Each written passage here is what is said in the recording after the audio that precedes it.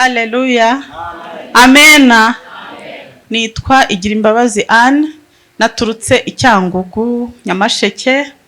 Twaje nijoro saa 8 dushyika hano mu gatondo. Dushimye Imana ko twongeye kugera imbere yanyu, ubu n'ubwa kabiri dushyitse hano.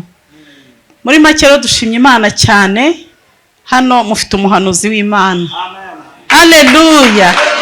Amina. Amen. Mufite umuhanuzi w'Imana kuko twamubonyemo imbaraga zidasanzwe. Muri make turi gukusanya amashimwe, tuzi ko mu minsi iri imbere tuzaza gushima, ariko aho Imana igejeje ikora nishimwe. Imana yaduhaye gutwita, byari byaranze, muduhere Imana icyubahiro.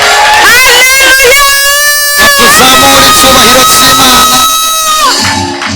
Abamwibuka turi mu gasyata muhanurira impanga ebyiri z'abana ni bande?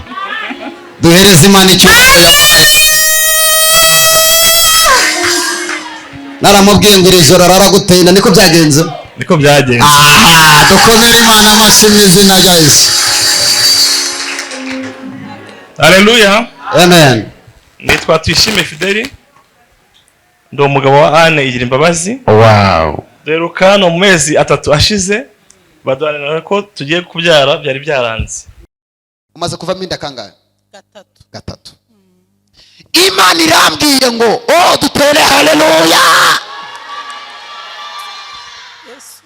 Iyi nda ya kane uzayibyara ni ku Uwiteka yirahiriye.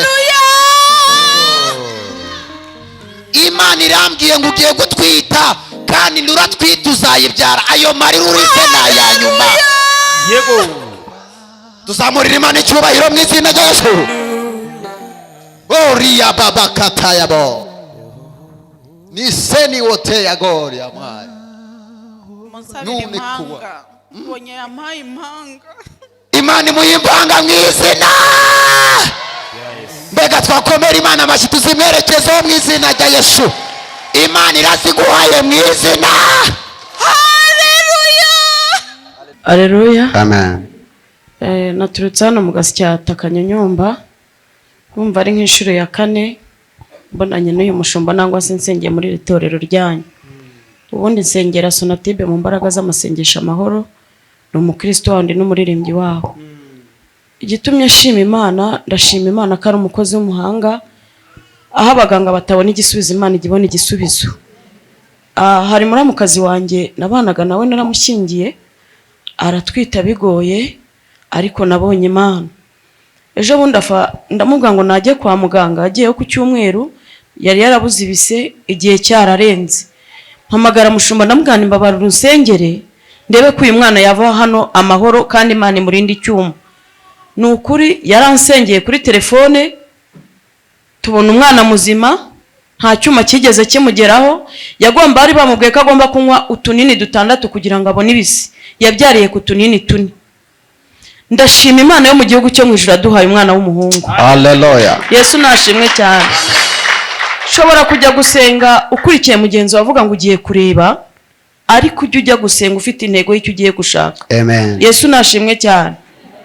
Iyo ufite intego biba byiza kugira ngo ubashe gusingira icyo Imana iri kuvuga, nangwa wumva icyo Imana iri kuvuga.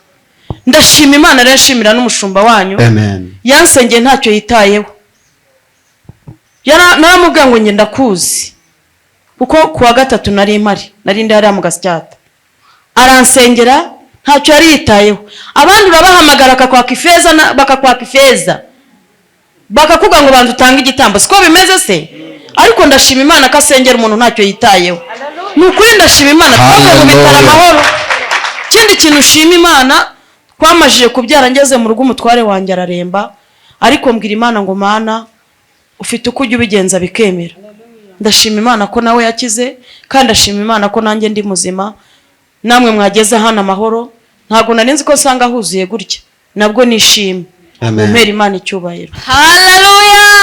Amen. Munshimira Imana yo mu ijuru irakomeye. Haleluya. Aha mpagaze aha rwose ndanahatinya pe. Naburiya nari nicaye haranumvaga ntari bubishobore, ndahatinya aha hantu.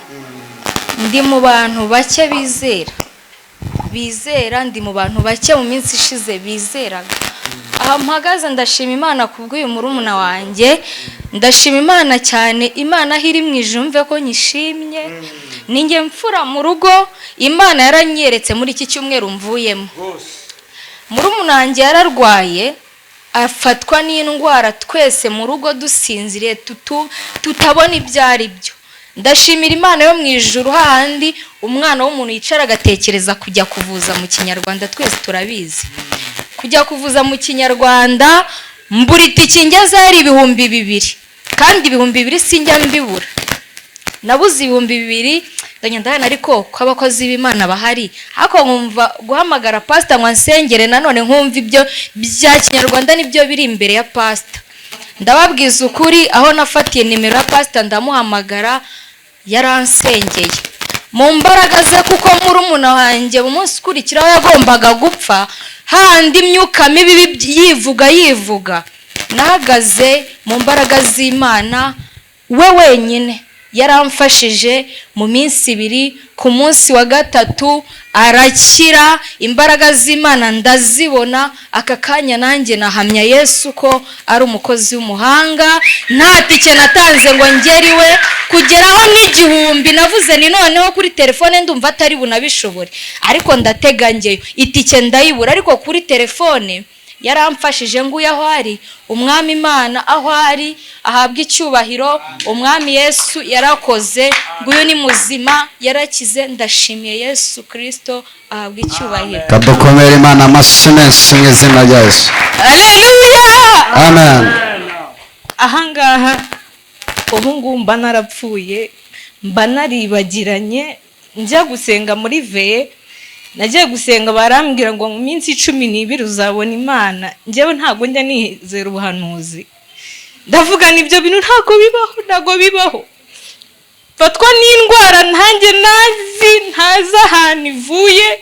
Ubu ngubu ndashimira Imana, Imana ihabwa icyubahiro, Imana ishimwe cyane. Amen.